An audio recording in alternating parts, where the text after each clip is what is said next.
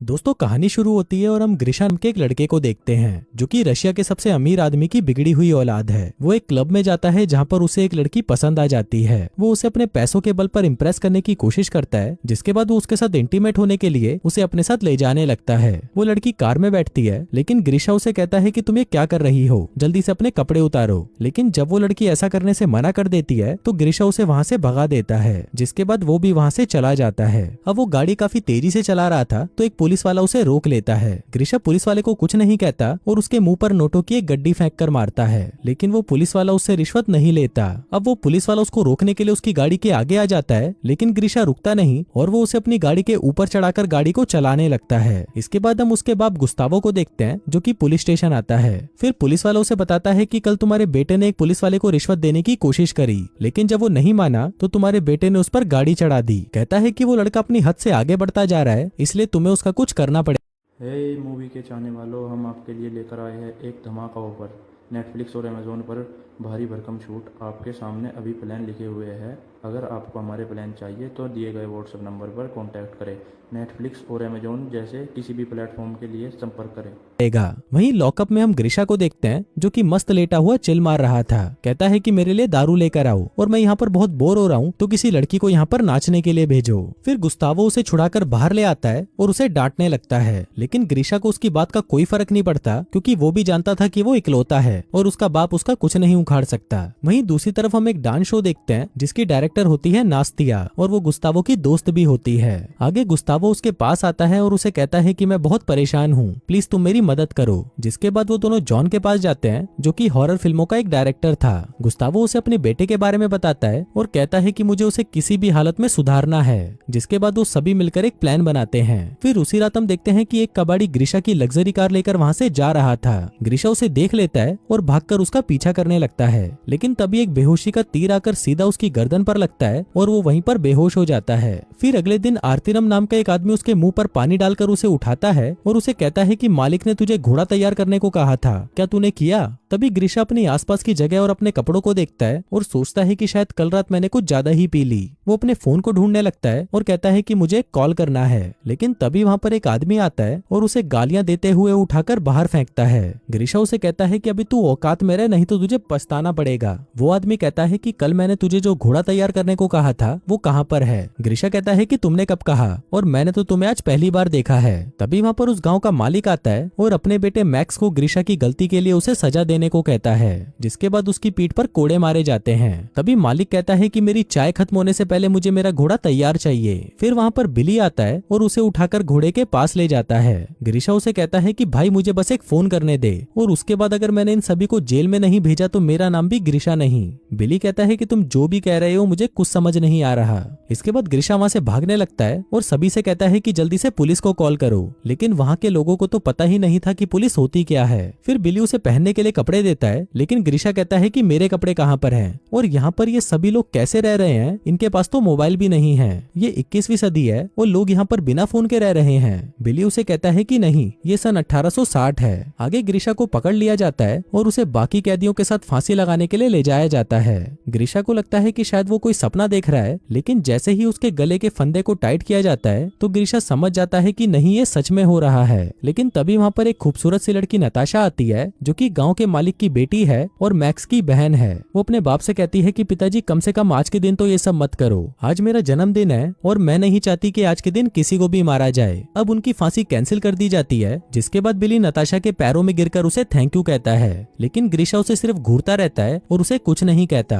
वहीं ऊपर आसमान में हम एक बाज को देखते हैं, लेकिन तभी हमें पता चलता है कि वो कोई बाज नहीं बल्कि एक ड्रोन है जिससे पूरे गाँव पर नजर रखी जा रही है। दरअसल ग्रिशा कभी पास्ट में गया ही नहीं था, बल्कि ये सब तो उसके बाप ने उसको सबक सिखाने के लिए किया था। उसने गांव में एक सेट तैयार करवाया और यहाँ पर रहने वाले जितने भी लोग हैं वो सभी एक्टर हैं, और ये जो कुछ भी कर रहे हैं या बोल रहे हैं वो सब कुछ स्क्रिप्ट के हिसाब से ही हो रहा है। वहीं पूरे गांव में कैमरा और माइक्रोफोन लगाए गए थे ताकि वो ग्रिशा की सारी बातों और हरकतों को देख सकें। वहीं ग्रिशा बिली को बता रहा था कि अब मुझे सब कुछ समझ आ चुका है। जिस रात को मैं उस कार से टकराया था वो एक टाइम मशीन थी जिसने मुझे वहां से सन 1860 में भेज दिया। वो कहता है कि अगर मुझे वापस जाना है तो मुझे फिर से एक टाइम मशीन से टकराना होगा। वो बिली से पूछता है कि क्या तुम्हारे पास कोई कार है? अब बिली इसका कोई जवाब नहीं देता क्योंकि उसकी स्क्रिप्ट में ऐसा कुछ नहीं था। अब ग्रिशा भी यहाँ पर रहकर काफी बोर हो चुका था और उसे रात को यहाँ पर नींद तक नहीं आती क्योंकि उसे नरम बिस्तर की जगह जानवरों की तरह घास पर सोना पड़ता था। साथ ही उसे खाने के लिए सिर्फ खिचड़ी दी जाती थी और इतने कोड़े खाने के बाद वो घायल भी हो चुका था।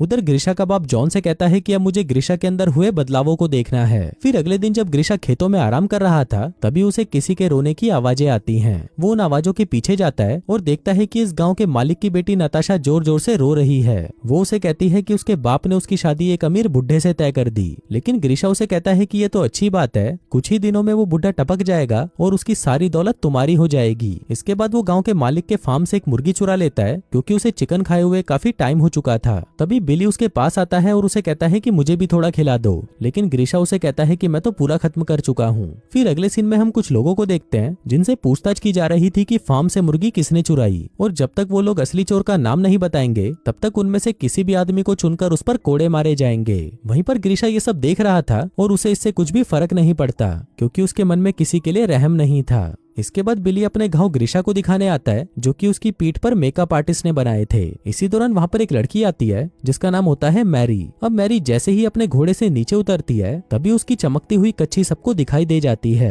अब उसकी कच्छी देखकर ग्रीशा उसके पास आता है और उसे पूछता है कि तुम्हारे पास ये कच्छी कहाँ से आई, क्योंकि ऐसी कच्छी तो हमारे टाइम में पहनी जाती है। अब ग्रीशा उसकी कच्छी उतार कर उसे देखने की कोशिश करता है जिसकी वजह से मैरी चिल्लाने लगती है और उठकर वहाँ से भाग जाती है। अब अपने बेटे की ऐसी हरकत देखकर गुस्तावो जॉन पर गुस्सा करता है और कहता है कि मैंने तेरे इस आइडिया के लिए अपने कितने पैसे लगा दिए, लेकिन इस सब से भी मेरे बेटे पर कोई फर्क नहीं पड़ा, इसलिए अच्छा यही रहेगा कि ये सब जल्दी से बंद करो। लेकिन इस पर जॉन उसे कहता है कि सर बस मुझे कुछ और दिन दे दीजिए, मुझे पूरा विश्वास है कि आपके बेटे में बदलाव जरूर आएगा। इसके बाद ग्रीशा मैरी से मिलने के लिए उसके घर आ जाता है, लेकिन तभी मैरी उसे कहती है कि मेरे नजदीक मत आना, नहीं तो मैं तुम्हारा सिर फोड़ दूंगी। तभी ग्रीशा मैरी से उसकी हरकतों के लिए माफी मांगता है और कहता है कि मैंने तुम्हारे साथ गलत किया, प्लीज इसके लिए मुझे माफ कर दो। अब ये सब स्टूडियो में बैठे हुए सभी लोग देख रहे थे और वो ये देखकर बहुत खुश होते हैं कि ग्रीशा को अब अपनी गलतियों का एहसास होने लगा था।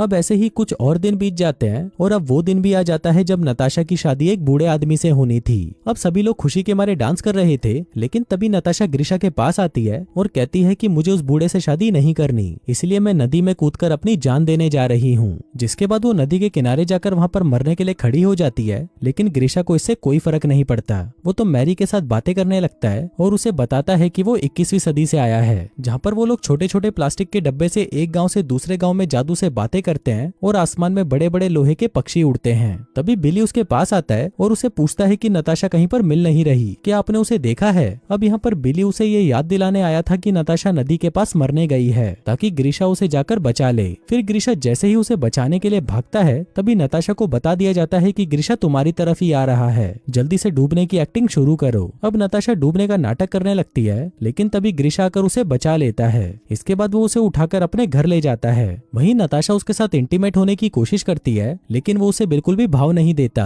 क्योंकि अब उसे मैरी ज्यादा पसंद आ गई थी। इसके बाद वो कपड़े बदलता है और मैरी से मिलने के लिए उसके घर की तरफ जाने लगता है। वहीं टीम मैरी को भी बता देती है कि ग्रीशा तुम्हारी तरफ ही आ रहा है, जल्दी से तैयार हो जाओ। आगे मैरी गाँव के कपड़े पहनकर बाहर आती है और गेट खोलती है। ग्रीशा उसे पूछता है कि क्या तुम मेरे साथ घूमने चलोगी? मैरी उसे कहती है कि मेरे बाप की तबीयत खराब रहती है, इसलिए मैं तुम्हारे साथ नहीं जा सकती। अब क्योंकि ग्रीशा को मैरी से प्यार होने लगा था, इसलिए अब मैरी को भी उसकी प्रेमिका का रोल प्ले करना था। लेकिन इस सब से मैक्स को बहुत बुरा लगता है क्योंकि रियल लाइफ में मैक्स और मेरी गर्लफ्रेंड बॉयफ्रेंड थे और वो ये नहीं चाहता था कि कोई भी आदमी उसकी गर्लफ्रेंड के साथ इंटीमेट हो जाए। लेकिन वहीं पर मैरी चाहती थी कि ग्रीशा में कोई बदलाव आए क्योंकि उसी के लिए तो ये सब इतनी मेहनत कर रहे थे। अब मैरी और ग्रीशा साथ में टाइम स्पेंड करने लगते हैं। वो घूमते फिरते हैं और साथ में काफी इंजॉय करते हैं, जिस वजह से वो दोनों एक दूसरे की तरफ अट्रैक्ट होने लगते हैं। वहीं पर हम मैक्स को देखते हैं जो कि नताशा के साथ बैठकर चाय पी रहा था। वो काफी गुस्से में था क्योंकि वो बहुत टाइम से किसी के साथ इंटीमेट नहीं हुआ था। तभी उन दोनों को एक आइडिया आता है और वो दोनों अपनी ठरक मिटाने के लिए एक अस्तबल में जाकर इंटीमेट हो जाते हैं। उधर ग्रीशा और मैरी भी वहाँ से गुजर रहे थे और तभी वो देखते हैं कि यहाँ पर हो क्या रहा है। वो अंदर जाते हैं और देखते हैं कि मैक्स और नताशा आपस में इंटीमेट हो रहे हैं। अब उन दोनों को इस तरह से देखकर मैरी गुस्सा हो जाती है और वहाँ से चली जाती है। आगे उन दोनों को वहाँ से बाहर बुलाया जाता है और कहा कहा जाता है कि तुम में थोड़ी सी भी शर्म नहीं है क्या,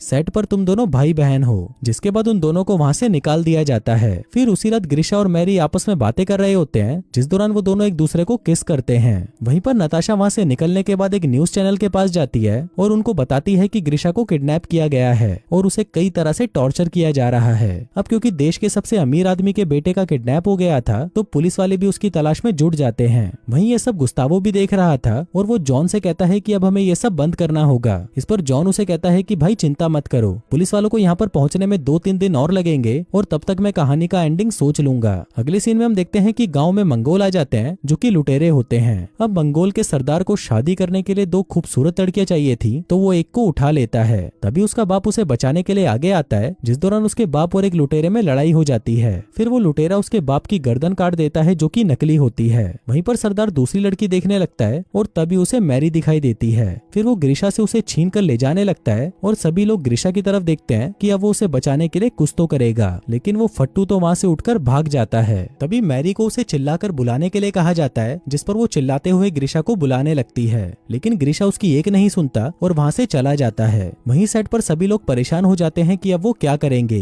क्योंकि उन्होंने तो ऐसा सोचा ही नहीं था कि ग्रीशा वहां से भाग जाएगा। लेकिन तभी ग्रीशा उसी घोड़े के पास जाता है जिसकी वो देखभाल किया करता था। फिर वो उस घोड़े को बाहर निकालता है और वापस आता है। दूसरी तरफ वो लोग भी जल्दी से तैयार हो जाते हैं, जिसके बाद ग्रीशा 2 मंगोलियों को मारकर मैरी को लेकर वहां से भाग जाता है। इसी दौरान ग्रीशा को ढूंढते हुए पुलिस वाले भी उस गांव में पहुंच जाते हैं, लेकिन वहां पर उन्हें ग्रीशा नहीं मिलता। पुलिस वाले वहां पर लोगों से पूछते हैं कि तुम यहाँ पर क्या कर रहे हो, जिस पर वो बताते हैं कि यहाँ पर हमारी मूवी की शूटिंग चल रही है, जो कि कोई भी क्राइम नहीं था, तो पुलिस वालों को वहां से जाना पड़ता है। वहीं पर ग्रीशा और मैरी भागते भागते एक पेट्रोल पंप पर पहुंच जाते हैं, जिसको देखकर ग्रीशा हैरान हो जाता है कि सन 1860 में पेट्रोल कहां से आया। तभी पीछे से एक आदमी उस पर बेहोशी का इंजेक्शन फायर करता है, जिससे वो वहीं पर बेहोश हो जाता है। फिर कुछ देर बाद उसे होश आता है, तो उसका बाप उसे बताता है कि उसका एक्सीडेंट हुआ था और पिछले 3 महीनों से वो कोमा में था। इसके बाद हम देखते हैं कि सबसे ग्रीशा में बहुत सारे बदलाव आ चुके थे, जिसके बाद जब वो क्लब में जाता है तो उसे कुछ भी पहले जैसा नहीं लगता। उसे सब चीजें बोरिंग और बेकार लगने लगती है और उसका किसी भी चीज में कोई इंटरेस्ट नहीं होता। आगे वो उस पुलिस वाले के पास जाता है जिसका उसने एक्सीडेंट किया था और उसे अपनी महंगी कार की चाबी माफी के तौर पर दे देता है। फिर रात को जब वो क्लब में बैठा था, तभी उसकी नजर नताशा और मैक्स पर पड़ती है। फिर वो दोनों भी उसे सब कुछ बता देते हैं कि तुमने कोई भी टाइम ट्रेवल नहीं किया था और न ही तुम्हारा कोई एक्सीडेंट हुआ था, वो सब तो तुम्हारे बाप ने तुम्हें सुधारने के लिए किया था। इसके बाद वो दोनों उसे मैरी से मिलवाने लेके जाते हैं और फिर ग्रीशा मैरी से कहता है कि मैं तुमसे प्यार करता हूँ। वहीं मैरी भी उसे कहती है कि मैंने भी तुम्हें बहुत मिस किया, जिसके बाद वो दोनों एक दूसरे को किस करते हैं। फिर फिल्म के लास्ट सीन में हम गुस्तावो को देखते हैं जो कि नास्तिया से शादी कर रहा था। तभी वहाँ पर ग्रीशा भी आ जाता है और उसे शादी की मुबारकबाद देता है, जिसके बाद वो उसे थैंक यू भी कहता है, क्योंकि उसी की वजह से वो एक अच्छा और जिम्मेदार आदमी बन पाया। और दोस्तों, इसी के साथ ही ये कहानी यहीं खत्म हो जाती है।